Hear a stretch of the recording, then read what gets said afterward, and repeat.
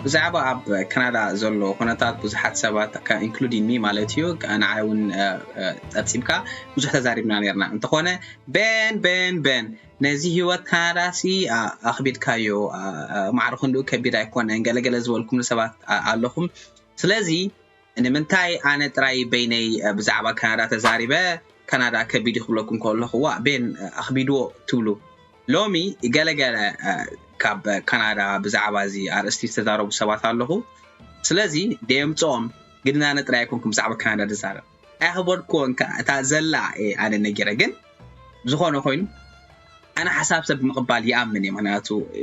بزي نقفتها خمعبل زل سب كويس سمعني كل أنا زل حق مالته يكون بزرد على جن بناتي جم جن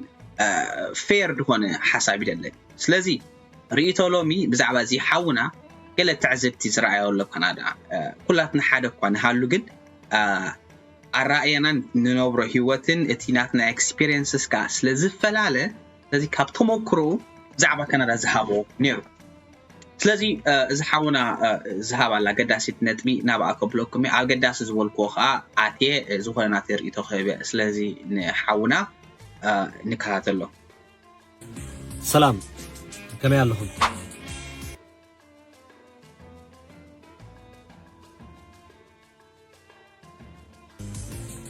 سلام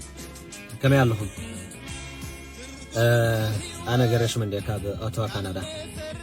نايلومي أنت فيديو خسر في جبل النبات زعبا حنت حبتنا يورد بيتي إلى تيك توك ذهبتو حبريتان يورد زعبا أف كندا مالتي زعبا حدشت مساعتين ياتت ناي سرح سئنا تسقاط أمامه نعقم زخون ويزي حقوز ولا أقاباب انتهي كنقبر لنا زبل قال سوبرفايزرات ومانجرات أبسرح تقوز لكم تنوبرمو ناي سرح عدلات أرخيبكم نتنا يسرح عدلات نخمزيهم زيغاتاتنا عدلكم فتقولهم زبل أغريبان يرى حكا إذا كم أبناتا رئيتو مركز بمقبر نتا فيديو شير مسقبركوا بزحت بفلاي كا أبسرائيل دلهم أما قرين حناسي أورادي ودينا خلمتز ودأنا لنا سلازي كنترف عين خلن قل كلا أمارات كتم مخرنا تقلس انتيار له نبرا هيوات إسرائيل تفولت أخا دن كندا رئي خيال لها زحاش حبريتا كابا خاينا خنركب زبل رئيتو نارقا لعلى عسرت زخون سبات تكست جيروم لي ويل بزح سبون كم يلو بوشت حتى تعلو حقي أنا أنت أخبركم هذا اللي مسيلكم مجمرة توم أب إسرائيل زلهم توم كاب إسرائيل ناب كندا زمس أنا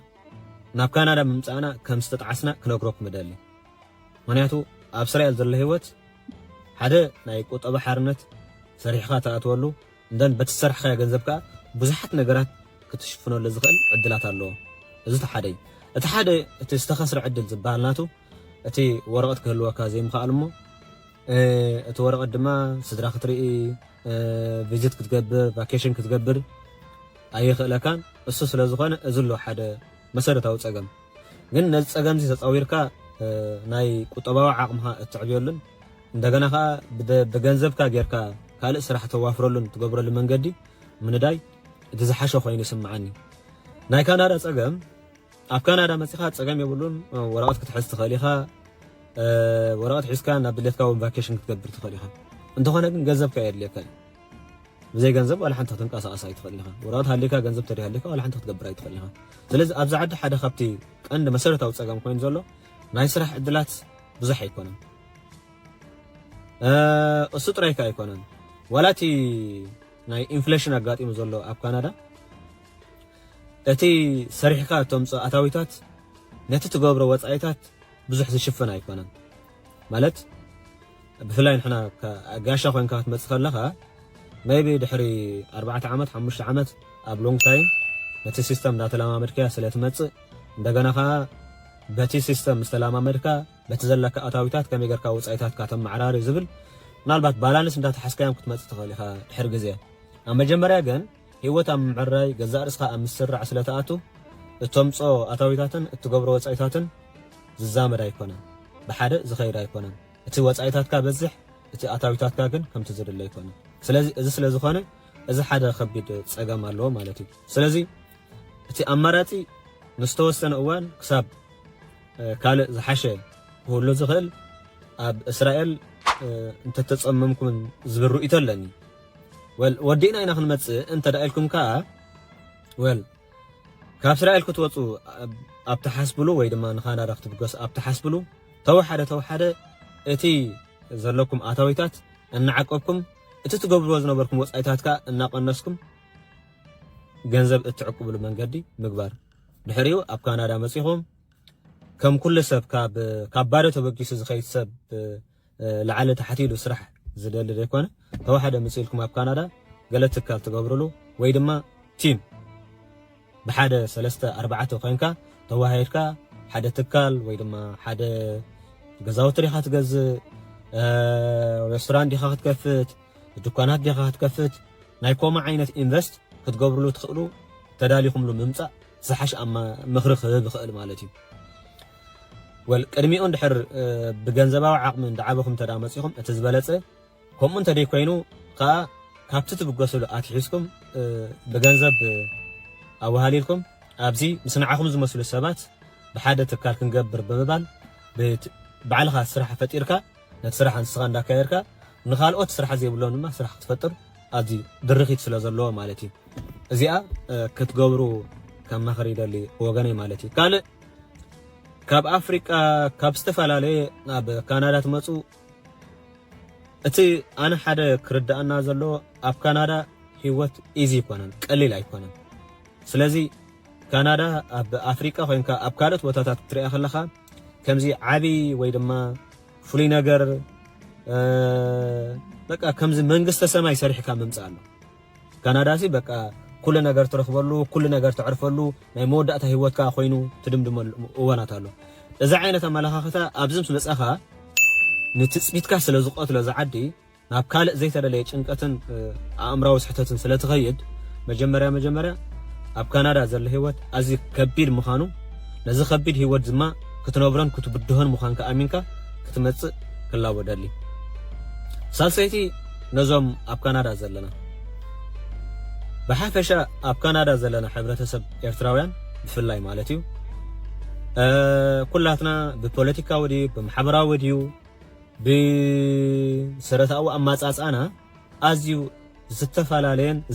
ዝተፈታተለን ዓይነት አካሄድ ኣለና ዘይ ምዋሃድ ሓበራዊ ዕዮ ዘይ ምክያድ ኮሚኒቲ ዘይ ምህናጽ ዝፈጥሮ ጸገም ኣለና እዚ ጸገምዚ ንሓደሽቲ ከነድሕና ይንኽእልን ንብሕጂ ዝመጹ ሓደሽቲ እውን ክንዕቅባ ይንኽእልን ኣብ ካናዳ ዘለው ናይ ስራሕ ዕድላት ይኹን ካልእን ከዓ ናይ ሓበሬታ ምልውዋጥ ክግበር ኣጸጋሚ ኮይኑ ኣሎ ስለዚ እምበኣር ኣብ ኩሉ ቦታታት ዘለኹም ኤርትራውያን ብፍላይ ኣብ ኦቶዋ ቶሮንቶ ካልጋሪ ኤድመንተን ኣብ ኩሎም ፕሮቪንስ ዘለኹም ናይ ካናዳ ሓደ ኮሚኒቲ ክግበረሉ ዝኽእል መንገዲ እንተዝፅዓርሞ እቲ ህዝቢ ከዓ ኣብኡ ክእከበሉ ዝኽእል መንገዲ ብመንገዲ እቲ ኮሚኒቲ ከዓ ስራሕ ዝሰኣነ ድዩ ስራሕ ዘለዎ ድዩ ስራሕ ዘለዎ ስራሕ ይነግር እቲ ስራሕ ዝሰኣነ ድማ ስራሕ ዝረኽበሉ መንገዲ ኣብኡ ይሓትት እሞ ብመንገዲ ከዓ እቲ ዘሎ ሕፅረታት ዘሎ ሃጓፋት كملا مقبار مالتي استفالالي اب ناي سرح عدلات ወይ ድማ ኣብ ከባቢኹም ትፈልጥዎ ስራሕ እንተዳሊ ከምዚ ስራሕ አላ ቀዳምነት ኤርትራውያን ስራሕ ዝሰኣኑ ክህሉ ክእልዮም ኢልኩም ስራሕ ክረኽብሉ ዝኽእሉ ትፈልጥዎም ስድራ ትፈልጥዎም ቤተሰብኩም ሕዋትኩም ወይ ሓደሽ መጻእቲ ወይ ድማ ይዕርኽትኩም ወይ ድማ ስራሕ ዝሰኣነ ኣሎ ድዩ ኢልኩም ኣብ ሶሻል ሚድያ እንተ ትሕብሩውን ዝበለጸይ ስለዚ ተዋሓደ እዞም ኣብ ካናዳ ዘለና ወይ እንተዳ ተኻኢሉ ሓደ ንኹሉ ሕብረተሰብ ከማእከል ዝኽእል በብኸባቢኡ ኮሚኒቲ በመግባርሞ በመንገዲ ኮሚኒቲ ከዓ ዜጋታት ክሕግዙሉ ሕድሕድና ክንተሓባበረሉ ንኽእል መንገዲ ምፍጣር ኣገዳሲ እዩ እቲ ኻልኣይ ከዓ በብዘለኹሞ እንድሕር ናይ ስራሕ ዕድላት ተዳ ሃልዩ ብዙሕ ሰብ ናይ ስራሕ ስእነት ጥራይ ደይኮነሲ ኣብ ዘለዎ ሓበሬታ ዝቦ ዝሕግዞ ዳርጋ ኣነ ካብ ሰምዓኹ ሓበሬታ እንተዳልዩ ዓመት ምሉእ ስራሕ ዝሰኣኑ ሰባት ኣለዉ ብሰንኪ ስራሕ ስእነት ንኣፍሪቃ ዝኸዱ ከም ዘለዉ እፈልጥ እየ ክልተ ሰለስተ ሰባት ደው ኢሎም ዝነገሩን ኣለዉ ብሰንኪ ስራሕ ስእነት ንኣፍሪቃ ከም ዝኸዱ እሞ እንደገና ከዓ ኣብ ኣፍሪቃ ማለት ካልእ ጉዳይ ስራሕ ሲኢኖም ካልእ ጉዳዮም ከሳልጡ ኸይዶም ስራሕ የለን ወላ ሓደ ነገር ስለዘየለ ማለት እዩ ግን እንተኾነ ስራሕ በመሳን ጥራይ ክሳብ ዓመት ዝገበሩ ኣለዉ ኣብዛ ዓዲ ዓመት ከይስራሕካ ምንባር ማለትካ ትፈልጥዎ ኢኹም እዚ ዓዲ እንታይ ዓይነት ናብራ ምዃኑ ማለት እዩ ስለዚ እዚ ናይ ምትሕብባር ሓደ ሕማቕ ባህል ኣሎ ኣነ ዝረኣኽቦ ኣብዚ ካናዳ ሓበሬታ ዘይምሃብ በቃ ሓበሬታስ ከም ሓደ ኢንካም ኮይኑ ከም ኣታዊ ትገብረሉ ኮይኑ ነታ ሓበሬታ ስለዚ ፕሊስ በጃኹም እዚ ሓበሬታ ኣባና ኢዚ እዩ ብፍላይ ትናና ሕብረተሰብ ከዓ ሓበሬታስ ከምዚ ገንዘብ ከፊልካ ትረኽቡ ኮይኑ ኣይርድኦን ጥራይ ግርሂል ሓተካ ግርሂልካ ትምልሰሉ ኮይኑ ስለ ዝርድኦ እንተደኣ ተኻኢሉ ሓበሬታ ብዛዕባ ስራሕ ድዩ ብዛዕባ ካልእ ድዩ ክትሕብሩሉ ወይ ድማ ክትተሓባበሩሉ ትኽእሉ መንገዲ በብወገና እሱ ክንገብር ክላቦደሊ ይቕነለይ ኣሕዋት እዚኣ ነራትኒ ሶሪ ኣንዊሓ እታ ቪድዮ ግን እዚኣ ትመስል ነራ ናተይ ማለት እዩ ይቕነለይ እታ ቀዳመይቲ ነጥቢ ንኣብነት ኣብ ኤድመንተን ዝኣተኹም ሰባት ኣለኹ ኣውና ገሬ ክብሎ ፀንሐ ማለት እዩ ዝምስገን ዘረባ እዩ ንሱ ከዓ ንእሽተይ ሓደ ወይ ክልተ ነጥቢ ክውስኸሉ እየ እታ ቀዳመይቲ ነጥቢ እንታያ ናይ ኮሚኒቲ ዝመሓላለፍ ሓሳብ ወይ ኮሚኒቲ ዝራኸበሉ ሶሻል ሚድያ ክህሉ ኣለዎ ኢሉ ያ ሕጂ ኣብ ኤድመንተን ናይ ሶሻል ሚድያ ኣሎ እሱ ከዓ እንታይ ኤሪ ኤድመንተን ዝብላ ኣሎ ኣብ ፌስቡክ ኣሎ ኣብ ቫይበር ኣሎ በዚ ዝተፈላለየ ሓበሬታ ይሓልፍ እዩ ኣይተጋገየን ከምዚ ሞር ኢንፎርሜሽን ኣዝዩ ገዳሲ ወሳኒ ኢንፎርሜሽን ብዙሕ ይሓልፍን እዩ እቲ ዝድለ ኢንፎርሜሽን ስታርካ ያለን ከምዚ ኣብ ሚድያ ወፂኦም ዝዛረቡ ከዓ ብብዝሒ የለውን እንጂ ሓደ ካብዚ ኣድቫንቴጅ ኣነ ሕጂ ዝገብሮ ዘለኹ ኣብ ሚድያ ወፂአ ስለ ዝዛረብ እቲ ዘሎ ኢሹ ወይ ኣብ ጉዳይና ንዛረበሉ ደን ብዛዕባ እቲ ናብራ ካናዳ ከቢድ እዩ ዝበሎ ያ ከቢድ እዩ ዝብዳህ ግን ኣብዚ ክርዳእና ዘለዎ ከቢድ እዩ ክፅልምቶ ክሚልና ኣይኮናን ዝብዳህ ህይወት እዩ ዝሓልፍ ህይወት እዩ ህይወትካ ከዓ ተሰሪሕካ ዝቕየር እዩ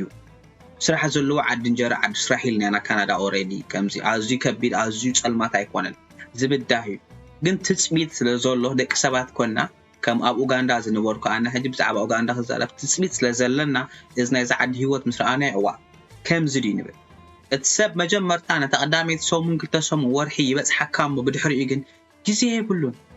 ጉያ ንርእሱ ታ ሰዓታት ዝሰርሓለን ኣለዎ ሰዓታቱ ንዕን ክሕሉ ተኽኢሉ ካ ኮፍ ኢሉ ከስተንፍስ ይደሊ ክድቅስ ክዕርፍ እሱ እንተዘይ ብሉ ከዓ ሾፒንግ ክገብር ግሮሰሪ ክገብር ምስቲ ዌዘር ካይሕግዘካን ስለዚ ቢዚ ስለ ዝኸውን ተዳለዉ ኣብዚ መፂኹም ከምቲ ሰብ ሄይ ዝብለካ ክንራኸብ ኢና ዝብለካ ኣብ ነዊሕ ኢኻ ትራኸብ ግዜ ስለዘየለ ማለት እዩ ስለዚ እቲ ትፅቢት እምበር እቲ ላይፍ ዝብዳህ ህይወት እዩ ገሬ መብዛሕትኡ ዝበሎ ንዝኾነ ይኹን እዋን ኣብ እስራኤል ፅንሑ ዝበሎ ኣዶኖ ብዛዕባ ኣብ እስራኤል ክትፀንሑን ግን ካናዳ ኩሉ ግዜ ቀዳሚ ዓለም ስለ ዝኾነ ተኽኢልኩም ሙፁ ኣብዚ እውን ብዙሕ ዝግበር ስለ ዘሎ ምክንያቱ ከም ወረቐት ሒዝካ ትነብሮም ወረቐት ሒዝካ ትነብሮ ሰንፈላት ህይወትን ዝተፋለየ ስለ ዝኾነ ኣነ ሓንቲ ፅንዕቲ ዝብላ መልስናተይ ሙፁ ረኣይዎ ንገሊኡ ዕረ ንገሊኡ ምቁር ህይወት ክኸውን ስለ ዝኽእል ዝሃለወ ይሃሉ ሙፁ ጥዑም ህይወት ካናዳ ትፃዕርኻ ዘሎ እዩ ባህርያዊ ገና ካብ ኣፍሪቃ ካወፂና ሊብያ እኳ ሰጊድኩም ሱዳን እኳ ነርና ኣዲስ ኣበባ እኳ ኣለኹም እንታይ ካብኡ ዶ ከይከፍእ ኢሉ ኣይክኸፍእን ኢኻ ዓዲ እንጀራ ዓዲ ሰላም ስለ ዝኾነ ሙፁ ጥራይ ሙፁ ክብለኩም ይፈቱ ብዝኾነ ገሪሓውና ዝሃቦ ኣብዚ ኣነ ሰማዓሉ ብዙሕ ነጥቢ ስለ ዘሎ ብዙሕ ኣይተዛረብኩን ክዛረብ ስቂለ ሰሚዐ ናይ ኢንፎርሜሽን ግዳይ ሓበሬታ ማዕርክ እንደይ ወሳኒ ምዃኑ ተረዲእና ኣለና ገለገለ ሰባት ሕጂ ከምዚ ከማይ መፂና ክንዛረብ ከለና እስኻ እንታይ ትፈልጥ እስኻ ንእሽተይ እንደኻ ኣይነ ብዙሕ ኣይፈልጥኒ ግን ብዓቕመይታ ዝፈልጣ ኢንፎርሜሽን ክሕብረ ገፋ ተበለኻ ተዘጋጊኻ ኣብቲ ኮመንት ተጋጊኻ ብወልኒ ክዕርየ ብዙሕ ነቐፌታ ኣይድህለንን እዩ ነቐፌታ የበርትዓኒ ምዃኑ እየ ዝኣምን ዝኾነ በዚ ናይ ሎም መዓልቲ ኣርእስና ዓጊብን ክትኮኑ ተስፋ ይገብር ቅድሚ ካብዛ ቻነል ምውፃእኩም ላይክ ኮመንት ፅሓፉ ሰብስክራይብ ምግባር ከዓ ኣይትረስዑ ኣብ ቀፃሊ ብካልእ መደብ ክሳብ ንረኸብ እስወድሓንኩም ኤሪትራና ወልዓፋና